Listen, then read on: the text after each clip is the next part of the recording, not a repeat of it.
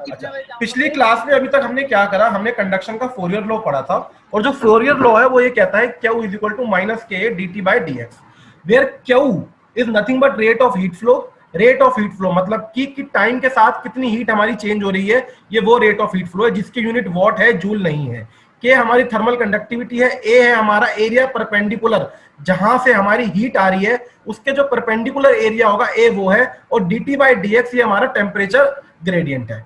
ठीक है, अभी जो ये हमारी इक्वेशन है Q is equal to minus K D T by D X, ये हमारी वैलिड है केवल वन डायमेंशन हीट फ्लो के लिए, क्योंकि इसमें जो हमने टेम्परेचर ग्रेडियंट लिया है वो या तो हम इसमें एक्स डायरेक्शन में ले सकते हैं या वाई में या जेड में, क्योंकि हमने D T by D x लिया है तो ये वाली जो है ये एक्स डायरेक्शन के लिए ही वैलिड है। बट अभी हमें इसको थ्री डायमेंशन के लिए भी देखना है। अभी हम ये एज्यूम करके चल रहे हैं कि जो हमारी हीट फ्लो है या जो हमारे पास जो स्लैब है उसके अंदर केवल एक ही डायमेंशन है। ठीक है, ये हमारी पहली अजम्पशन थी। दूसरी अजम्पशन हमारी ये थी कि ये वाली हमारे फोरियर लॉ जब भी वैलिड है जब हमारे सिस्टम के अंदर कोई इंटरनल हीट जनरेट नहीं होगी। इंटरनल हीट जनरेट का मतलब कि जैसे कि हमारी कोई बॉडी है, उसके अंदर हम खाना खाते हैं, एक तरीके का फ्यूल उसमें कंज्यूम होके एक हीट जनरेट होती है, ऐसा अगर कोई सिस्टम होगा तो उस सिस्टम के लिए ये वाली इक्वेशन नहीं है। ठीक है, जो तीसरी हमारी जो असम्पशन हम पहले पढ़ चुके हैं कि जो हम मटेरियल, जो स्लैब का जो मटेरियल हम यूज कर रहे हैं वो हमारा होमोजीनियस है और आइसोट्रोपिक है, जिसका मतलब ये है कि जो हमारी थर्मल कंडक्टिविटी है थ्रू आउट द स्लैब वो हमारी कांस्टेंट है। बट जर्नली ऐसा नहीं होगा, जब हम अगले टॉपिक के ऊपर आएंगे। बट अभी तक हम ये मान के चले थे कि थर्मल कंडक्टिविटी हमारी लोकेशन के हिसाब से और डायरेक्शन के हिसाब से वो हमारी कांस्टेंट है। और जो चौथी हमारी असम्पशन थी वो हमारी ये थी कि जो स्टेडी स्टेट कंडीशन है हमारी इसमें हीट फोरियर लॉ में, मतलब कि जितनी हमारी हीट इनपुट है उतनी ही हमारी हीट आउटपुट है, कोई हमारी हीट की अक्यूमुलेशन नहीं हो रही और टाइम के हिसाब से भी हीट में चेंज नहीं हो रहा, विच मींस कि जो सिस्टम है स्टेडी स्टेट सिस्टम है। तो ये चार असम्पशन अभी हम मान के चले थे। बट जनरली क्या होता है कि ना तो हमारे पास स्टेडी स्टेट कंडीशन होती, और ये भी हो सकता है इंटरनल हीट जनरेशन हो, ये भी हो सकता है सिस्टम हमारा होमोजीनियस ना हो, और ये भी हो सकता है कि जो डायरेक्शन है जो हमारा हमने स्लैब लिया है वो आइसोट्रोपिक ना हो, मतलब कि डायरेक्शन के हिसाब से उसकी थर्मल कंडक्टिविटी चेंज हो सकती है। अगर ये सारी असम्पशन जो हमने अभी फोरियर लॉ में देखी थी, अगर ये सारी असम्पशन फॉलो नहीं होती तो उस केस में हमारी हीट कंडक्शन इक्वेशन कैसे कैसे आ सकती है, अब हम उसको देखने वाले हैं। तो ये है हमारी journal heat conduction equation in three dimensions. मैं उसको हाईलाइट कर दे रहा हूं, journal heat conduction equation in three dimension. इसको हम तीन अलग अलग पार्ट्स में पढ़ेंगे। सबसे पहले हम कार्टेशियन कोऑर्डिनेट्स के लिए पढ़ेंगे, जिसको हम रेक्टेंगुलर कोऑर्डिनेट्स भी कहते हैं। उसके बाद हम उसको सिलेंड्रिकल कोऑर्डिनेट्स के लिए पढ़ेंगे, और उसके बाद हम उसको स्फेरिकल कोऑर्डिनेट्स में पढ़ेंगे। आज की क्लास में हम रेक्टेंगुलर कोऑर्डिनेट्स या कार्टेशियन कोऑर्डिनेट्स करेंगे। और उससे जाने से पहले तो हम इसमें देख लेते हैं कि जो असम्पशन हम पहले मान के चले थे और इस केस में असम्पशन में क्या अंतर है। पहले हम ये मान के चले थे कि हमारे पास वन डायमेंशन सिस्टम है, बट इस केस में हम ये मान के चलेंगे कि जो हमारे बॉडी के अंदर जो हमारे सिस्टम के अंदर जो टेम्परेचर है वो एक्स डायरेक्शन के ऊपर भी डिपेंडेंट है, वाई डायरेक्शन के ऊपर भी डिपेंडेंट है, और जेड डायरेक्शन के ऊपर भी डिपेंडेंट है। तो हम इसमें कह सकते हैं कि temperature is a function of x, y and z. और क्योंकि जो ये सिस्टम है हमारा स्टेडी स्टेट नहीं होगा, ये अनस्टेडी स्टेट सिस्टम है, तो इसका मतलब जो टेम्परेचर है वो टाइम के हिसाब से भी चेंज होगा। टाइम के लिए यहाँ पे मैंने एक वर्ड डिनोट किया है टाउ। टाइम के लिए हम टाउ डिनोट कर रहे हैं, तो इसलिए हम कह सकते हैं इस सिस्टम के अंदर जो टेम्परेचर है वो हमारा चार चीजों का फंक्शन है, that is x, y, z, जहां पे ये तीनों हमारी डायरेक्शन है, और टाउ हमारा इसमें हमारा टाइम है। तो इस केस में हम एग्जैक्ट डिफरेंशियल यूज ना करके, क्योंकि यहाँ पे हमारे पास चार चार चीजें हैं डिपेंडेंट जो टेम्परेचर के ऊपर है, तो इस केस के अंदर ये आने वाले अब जितने भी केस होंगे हम उसके अंदर पार्शियल डेरिवेटिव यूज करेंगे। तो ये तो हमारी पहली असम्पशन हो गई, या पहला हमारा एक डाउट क्लियर हो गया कि पहले जो हमने एज्यूम करा हुआ था, अब यहाँ पे हमारे पास टेम्परेचर चार चीजों का डिपेंडेंट हो गया, x direction, y direction, z direction and tau time. दूसरी असम्पशन हमारी ये है कि हमने ये पढ़ा था कि जो हमारा मटेरियल है वो होमोजीनियस है और आइसोट्रोपिक है, मतलब कि चाहे कोई भी लोकेशन हो और चाहे कोई भी डायरेक्शन हो, जो हमारी थर्मल कंडक्टिविटी है वो कांस्टेंट होती है। बट इस केस में अगर हम x डायरेक्शन की बात करेंगे, x डायरेक्शन में जो थर्मल कंडक्टिविटी है वो kx होगी। अगर हम y डायरेक्शन की बात करेंगे उसमें थर्मल कंडक्टिविटी ky होगी। अगर हम z डायरेक्शन की बात करें तो उसमें थर्मल कंडक्टिविटी kz होगी। और ये तीनों थर्मल कंडक्टिविटी kx, ky और kz तीनों एक दूसरे से बिल्कुल अलग अलग होंगी। एक और एक चीज हमने एज्यूम करी थी पहले फोरियर लॉ में कि हमारी कोई इंटरनल हीट जनरेट नहीं होगी, बट ये हमारा जो सिस्टम है इसके अंदर हम मान के चलेंगे कि हमारी इंटरनल हीट भी जनरेट होगी। इंटरनल हीट जनरेशन के लिए जो हमारे पास फॉर्मूला होता है, अगर उसमें हमें रेट ऑफ हीट फ्लो निकालना है, मतलब कि कितनी हमारी सिस्टम के अंदर हीट जनरेट हो रही है टाइम के हिसाब से, मतलब rate of heat flow rate of internal heat generation निकालना है, तो उसका फॉर्मूला होता है rate of internal heat generated per unit volume. ये बात ध्यान दो कि यहाँ पे है rate of internal heat generated. Rate of internal heat generated का मतलब ये है कि जो हीट जनरेटेड यहाँ पे यूज करी है ये इन्होंने टाइम के हिसाब से करी है। तो अगर हम क्यू जी की बात करें, इसकी यूनिट हो जाएगी वॉट पर मीटर क्यूब। वॉट इसलिए क्योंकि हम बात कर रहे हैं rate of internal heat generated की। तो अगर हम heat generate uniform heat generation की बात करें तो उसका फॉर्मूला हो जाएगा q g multiplied by volume. और अगर हम यहाँ पे रेट ऑफ हीट ना निकाल के केवल हीट निकालेंगे तो ये q g multiply by volume multiply by time हो जाएगा, जो कि मैंने यहाँ पे टाइम से मल्टीप्लाई करके शो नहीं करा क्योंकि क्यू डॉट का मतलब हमारे पास ये है we are talking about rate of heat generation. तो यहाँ पे रेट ऑफ हीट जनरेशन की बात करेंगे is equal to internal heat generated multiplied by volume. ठीक है, ये सारी हमारी इसमें असम्पशन थी। अब इसमें ये एक डायग्राम है, जब हम 3 डायमेंशन की बात करते हैं इस डायग्राम को समझना है, उसके बाद डेरिवेशन बहुत इजी हो जाएगी। ये डायग्राम में मैंने एक रेक्टेंगुलर एक क्यूब लिया हुआ है। अब ये क्यूब क्या दिखा रहा है, सबके पास रूबिक क्यूब होता है घर पे जिससे आप लोग खेलते हो। उस क्यूब के अंदर एक छोटे छोटे हिस्से भी होते हैं। ये एक वो छोटा हिस्सा है, मतलब कि मैंने एक क्यूब की बहुत ही स्मॉल वॉल्यूम ली है जो कि दिखता क्यूब जैसे मैंने वॉल्यूम ली है, मैंने क्यूब की बहुत स्मॉल वॉल्यूम ली है। अच्छा, हमारे पास 3 डायमेंशन है, x dimension, y dimension, z dimension. जो एक्स डायमेंशन में जो हमारी हीट फ्लो करेगी वो क्यू एक्स फ्लो करेगी, और अगर उसी डायरेक्शन से हीट बाहर निकलेगी वो निकलेगी Q x plus D x. मतलब कि मैं मान के चल रहा हूं कि ये जो मेरा सिस्टम है स्टेडी स्टेट में नहीं है, कि जो मेरी हीट इनलेट है और जो हीट आउटलेट है उसके अंदर कोई डिफरेंस होगा ही होगा। ठीक है, ऐसे ही जो मेरी वाई डायरेक्शन के अंदर जो हीट इनलेट होगी वो क्यू वाई होगी, और जो उसमें से जो एक बार मेरे उसमें क्यूब में से बाहर आके जो हीट निकलेगी क्यू आउटलेट होगी वो होगी q y plus d y. ऐसे ही जो मेरी जेड डायरेक्शन में जो हीट इनलेट होगी वो होगी क्यू जेड, और जो उसमें से जो बाहर आएगी वो आएगी Q Z plus D Z. यहाँ पे एक बात देखने वाली है, अगर मेरी हीट क्यू एक्स है, मतलब कि एक्स डायरेक्शन में से अंदर आ रही है, तो उसका जो एरिया लगेगा, हमने क्या कहा है, जो एरिया इफेक्टेड होगा वो उस हीट की डायरेक्शन के परपेंडिकुलर होगा। तो अगर हीट मेरी क्यू एक्स है तो उस केस में जो एरिया होगा वो होगा d z multiply by D y. अगर हीट मेरी क्यू वाई है तो उसके जो परपेंडिकुलर एरिया है वो है मेरा D z multiply by D x. और अगर मेरी हीट है क्यू जेड तो उसके जो परपेंडिकुलर एरिया है वो है बेटा मेरे पास D X multiply by D Y. तो ये मुझे इस बात का ध्यान देना है। तो अब हम नेक्स्ट पेज पे चलते हैं कि इसको हम डिराइव कैसे करेंगे। जो मेरी x डायरेक्शन के अंदर लेंथ है क्यूब की वो मेरी dx है, जो मेरी y डायरेक्शन के अंदर लेंथ है क्यूब की वो मेरी dy है, और जो z डायरेक्शन के अंदर लेंथ है मेरी क्यूब की वो मेरी dz है।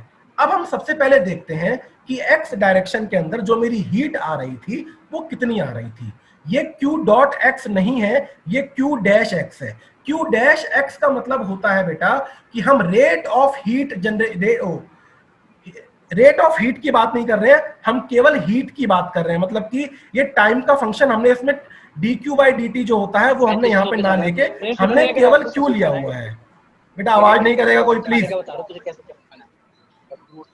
तो अगर हम qx की बात करें, qx है हमारे पास minus k dt by dx, where dt by dx हमारा टेम्परेचर ग्रेडियंट है। तो इसको हम लिख सकते हैं क्योंकि हम x डायरेक्शन की बात कर रहे हैं। जब हम x डायरेक्शन की बात करेंगे जो उसकी थर्मल कंडक्टिविटी है वो हो जाएगी kx। तो जो हमारी इक्वेशन हो जाएगी एक सेकेंड, ये पेज हट गया।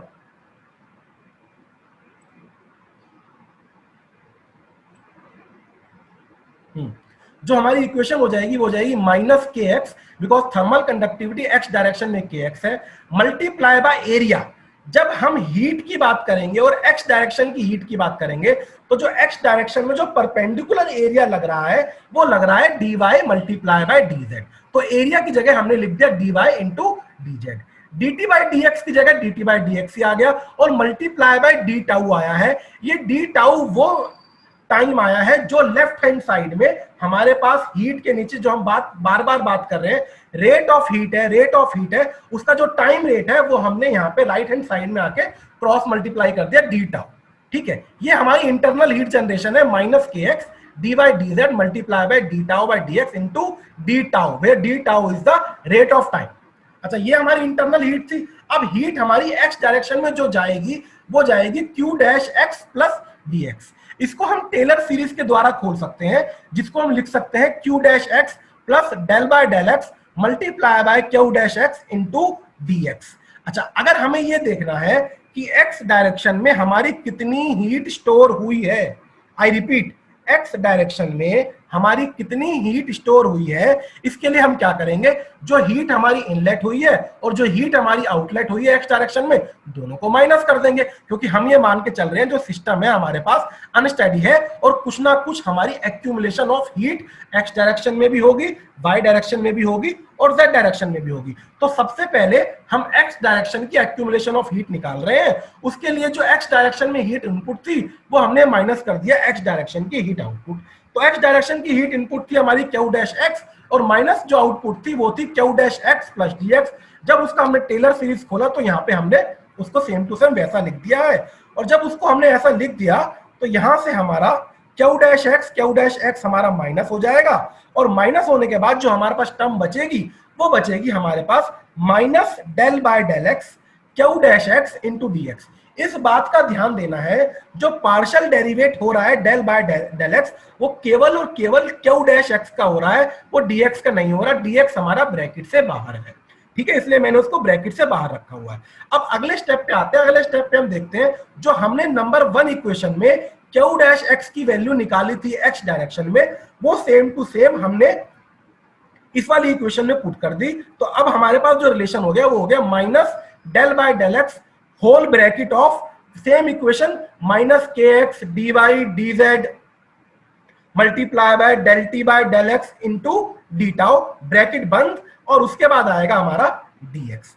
अच्छा, अब हमारी जो हीट स्टोर हुई है एक्स डायरेक्शन में, अब हम उसमें क्या है, माइनस माइनस का जो साइन है वो प्लस हो जाएगा, और क्योंकि बाहर जो हमारे पास डेरिवेटिव है नीचे वो एक्स के रिस्पेक्ट में है, तो जो भी एक्स के ऊपर डिपेंड नहीं करता उसको हम ब्रैकेट से बाहर ले आएंगे और बाकी सब चीज हमारा डेरिवेटिव के अंदर हो जाएगा। तो इसको हम ऐसा लिख सकते हैं del by del x of k x into del t by del x bracket बंद d y d z d x और डी टाउ, ये हमारा सारा ब्रैकेट से बाहर आ गया। तो ये हमारी बेटा हीट स्टोर है एक्स डायरेक्शन में। ऐसे ही हम हीट स्टोर निकाल सकते हैं वाई डायरेक्शन में, और सेम टू सेम हम हीट स्टोर निकाल सकते हैं जेड डायरेक्शन में। अब मैं 2 मिनट का पॉज ले रहा हूं, और जो बच्चे इसको नोट करना चाहते हैं इसको नोट कर लीजिए, और जिसको जो डाउट है वो पहले पूछ ले, फिर उसके बाद हम 2 मिनट बाद इसमें आगे बढ़ेंगे, क्योंकि डेरिवेशन बहुत इंपॉर्टेंट है। ये नहीं समझ में आएगी तो सिलेंड्रिकल कोऑर्डिनेट्स और स्फेरिकल कोऑर्डिनेट्स की बहुत मुश्किल हो जाएगी। पूछ सकता है बेटा कोई भी जिसको कुछ पूछना है। अब ऐसे ही हमने एक्स वाई और जेड डायरेक्शन में जितनी भी हमारी हीट स्टोर हुई थी वो हमने निकाल ली। क्योंकि हम 3 डायमेंशन सिस्टम कर रहे हैं, तो अब हम क्या करेंगे, हम एक्स डायमेंशन की, वाई डायमेंशन की और जेड डायमेंशन की, तीनों डायमेंशन की जो हीट स्टोर है वो हम उसको एक हीट स्टोर की एक्यूमुलेशन में ले आएंगे।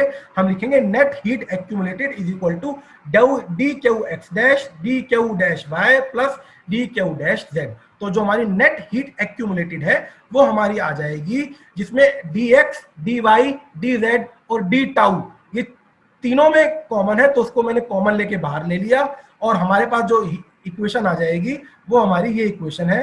अगर हम हीट स्टोर निकालेंगे तीनों डायरेक्शन में, which is del by del x of k x into del t by del x plus del by del y of k y into del t by del y plus del by del z into k z into del t by del z और उसके बाद हमारे पास जो common है तीनों term में से dx, dy, dz और d tau। यहाँ पे मैं फिर रिपीट करना चाहूंगा, kx, ky और kz हमारे x, y और z डायरेक्शन के थर्मल कंडक्टिविटी के कांस्टेंट हैं, और ये हमने अलग इसलिए लिए हैं क्योंकि हमारा सिस्टम आइसोट्रोपिक और होमोजीनियस नहीं है। ठीक है, अब ये तो हमारा पार्ट 1 हुआ इस डेरिवेशन का कि सिस्टम के अंदर हमारी कितनी हीट स्टोर हुई है। बट हम ये मान के चल रहे हैं कि हमारे पास वो सिस्टम है जिसके अंदर हीट ऑटोमेटिक जनरेट भी होती है।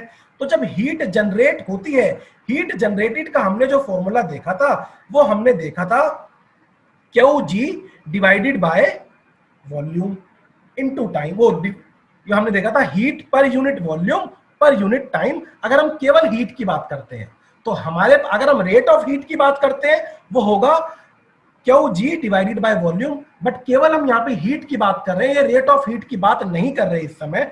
तो जो नेट हीट जनरेटेड है वो हो जाएगा QG multiplied by volume.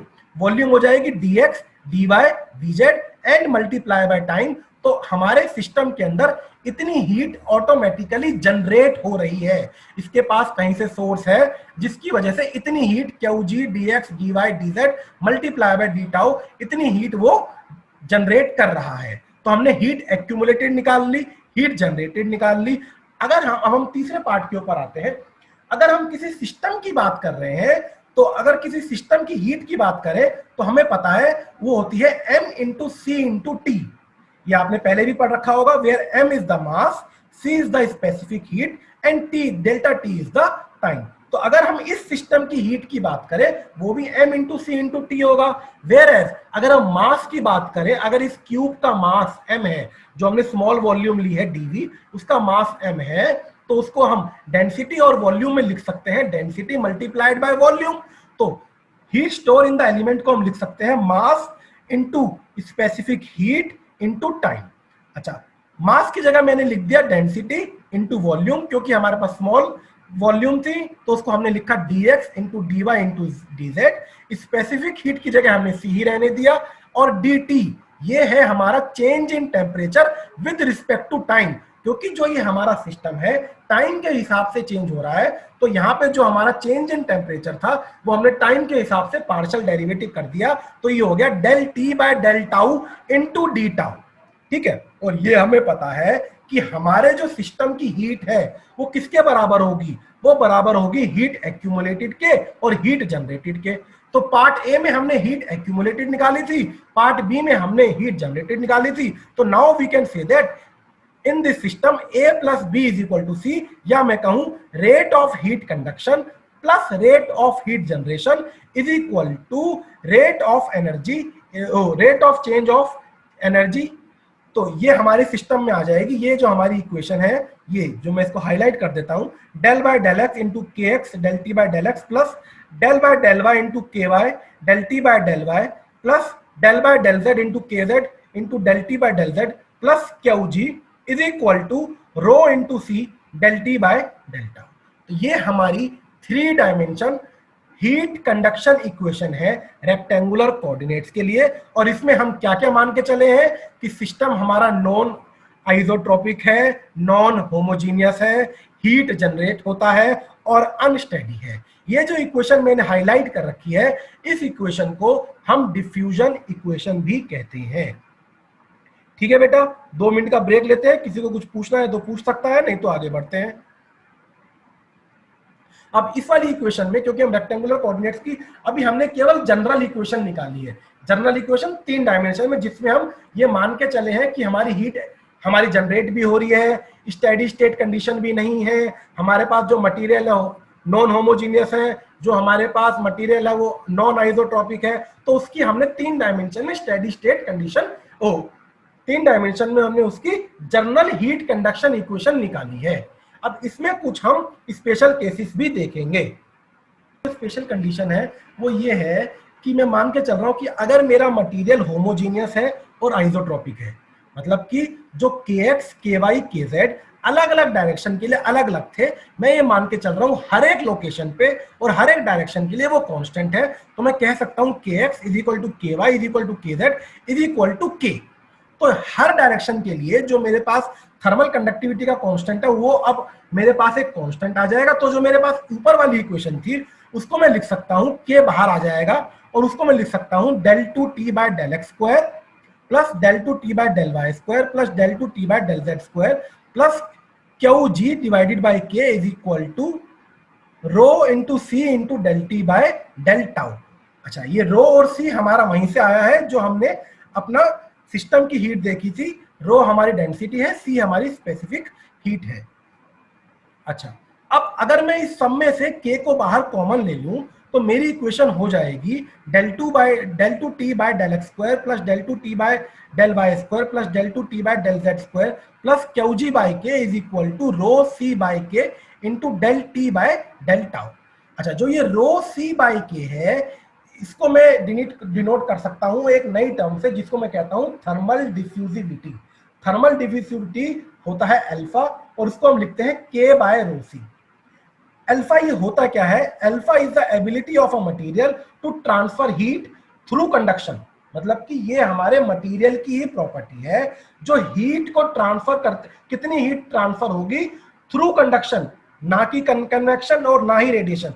Conduction के थ्रू मेरे किसी मटेरियल में कितनी हीट ट्रांसफर होती है, ये जो टर्म है थर्मल डिफ्यूसिविटी से हमें पता चलता है।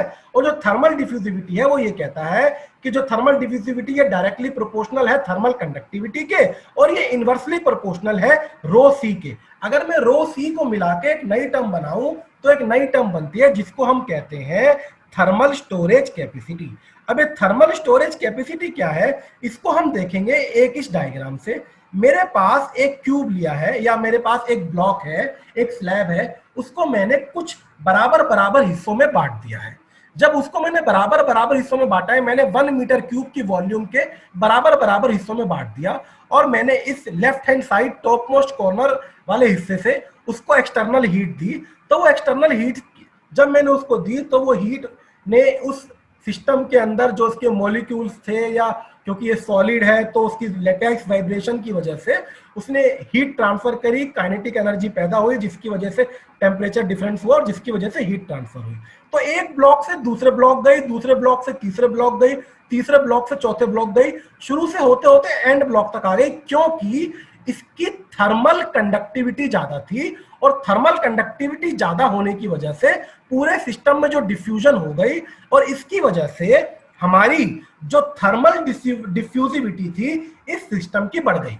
बट आप अगर ये सोचो, अगर इसकी थर्मल स्टोरेज ज्यादा होती, क्योंकि जो हमारे पास दूसरी टर्म है रो सी जिसको मैं कहता हूं thermal storage capacity, thermal storage capacity inversely proportional है थर्मल डिफ्यूजिविटी के। मतलब कि अगर थर्मल स्टोरेज कैपेसिटी तुम्हारी बढ़ जाएगी किसी भी सिस्टम की तो तुम्हारी थर्मल डिफ्यूजिविटी बढ़ जाएगी, और अगर थर्मल डिफ्यूजिविटी हमारी उस केस में कम हो जाएगी। और हम नहीं चाहते अगर हम कंडक्शन कर रहे हैं तो हमारे सिस्टम की थर्मल डिफ्यूजिविटी कम हो। तो हम समझ लेते हैं थर्मल स्टोरेज कैपेसिटी क्या है। थर्मल स्टोरेज कैपेसिटी, आप ये मान के चलिए कि जब मैंने सिस्टम के बाहर से कहीं से हीट सोर्स लिया, उसने एक मेरे क्यूब को हीट दी, बट क्योंकि उसकी थर्मल स्टोरेज कैपेसिटी ज्यादा थी, मतलब कि वो एक टाइम में या कुछ टाइम से ज्यादा अपने पास कुछ अमाउंट ऑफ हीट को स्टोर करके रख सकता है, तो वो क्या करेगा, उस केस में आगे हीट को ट्रांसफर होने ही नहीं देगा। और जब आगे हीट को ट्रांसफर नहीं होने देगा तो हमारी डिफ्यूजन खराब हो जाएगी। तो हम क्या चाहते हैं, हमारे पास जो कंडक्शन के लिए मटेरियल हो उसकी थर्मल कंडक्टिविटी ज्यादा हो और थर्मल स्टोरेज कैपेसिटी कम हो, जिसकी वजह से हमारी ये टर्म जिसको हमने अल्फा से डिनोट किया है थर्मल डिफ्यूजिविटी ज्यादा हो। तो ये हमने देख लिया कि जो हमारी पहली जो हमारे स्पेशल केस पड़ी है, पहला स्पेशल केस ये कहता है कि अगर हमारा मटेरियल होमोजीनियस भी हो और आइसोट्रोपिक भी हो तो जो हमारी इक्वेशन है ये हमारी हो जाएगी del 2t by del x square plus del 2t by del y square plus del 2t by del z square plus q g by k is equal to 1 by alpha into del t by del tau where alpha is the thermal diffusivity.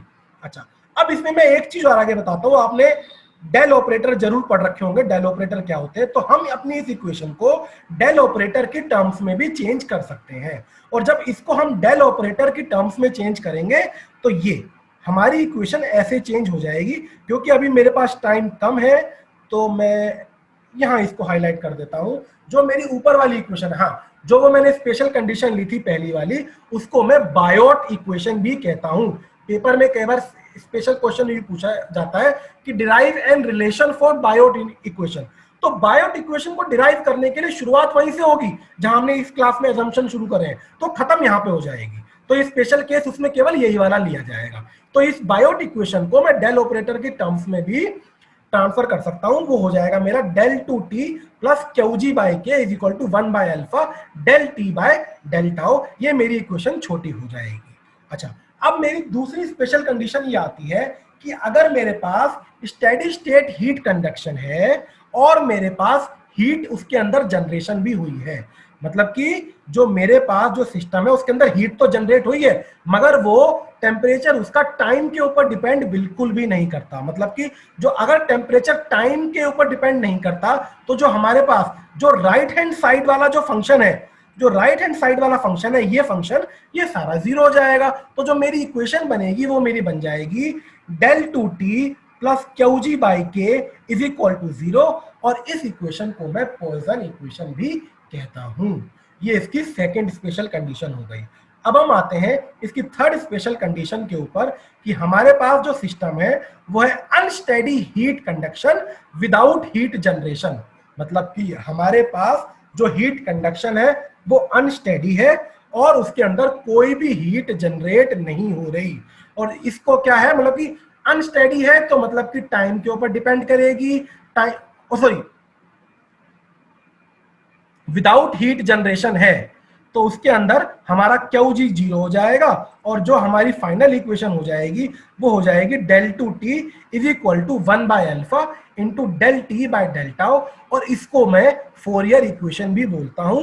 एक बात का ध्यान देना, जो हमने Fourier law पढ़ा है और फोरियर इक्वेशन की जो मैं बात कर रहा हूं, दोनों अलग अलग हैं।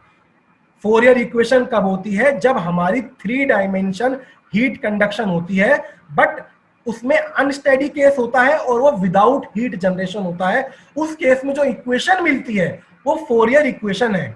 मगर जब हम 1 डायमेंशन अपनी हीट फ्लो की बात करते हैं कंडक्शन की, उसमें जो लॉ लगता है वो लॉ हमारा फोरियर लॉ है। आखिरी देखते हैं, इसमें आखिरी है हमारे पास steady state heat conduction without heat generation. मतलब कि जो टेम्परेचर है ना तो हमारा टाइम का फंक्शन है और ना इसके अंदर हमारी इंटरनल हीट जनरेट होगी। तो इसके अंदर हमारा क्यू जी भी जीरो हो जाएगा और जो राइट हैंड साइड वाला पार्ट था वो भी जीरो हो जाएगा। तो इस केस में जो हमारे पास 3 डायमेंशन हीट कंडक्शन इक्वेशन है वो हो जाएगी del two t is equal to zero. और इस इक्वेशन को हम लैपलास इक्वेशन भी कहते हैं। तो आज का लेक्चर मैं यही खत्म करता हूं।